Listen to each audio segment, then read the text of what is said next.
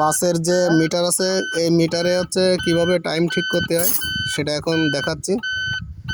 প্রথমে এখানে যে অপশন বাটন আছে, অপশন বাটনে চাপ দিতে হবে। এরপর এখানে সিলেক্ট বাটনে চাপ দিতে হবে, যে দেখুন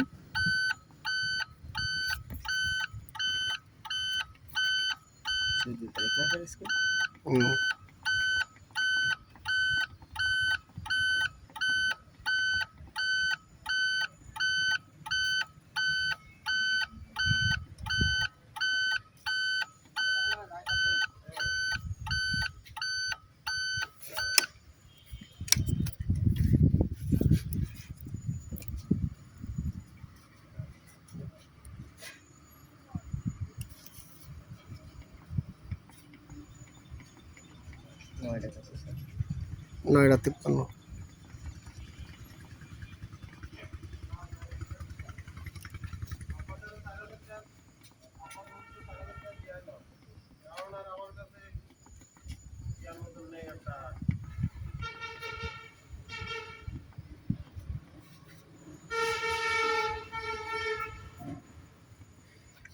প্রথমে আমরা ডেটটা ঠিক করছি, এবার আমরা হচ্ছে ঘড়ির টাইমটা ঠিক করলাম, আর নিচে আছে ওটা কিলোমিটার।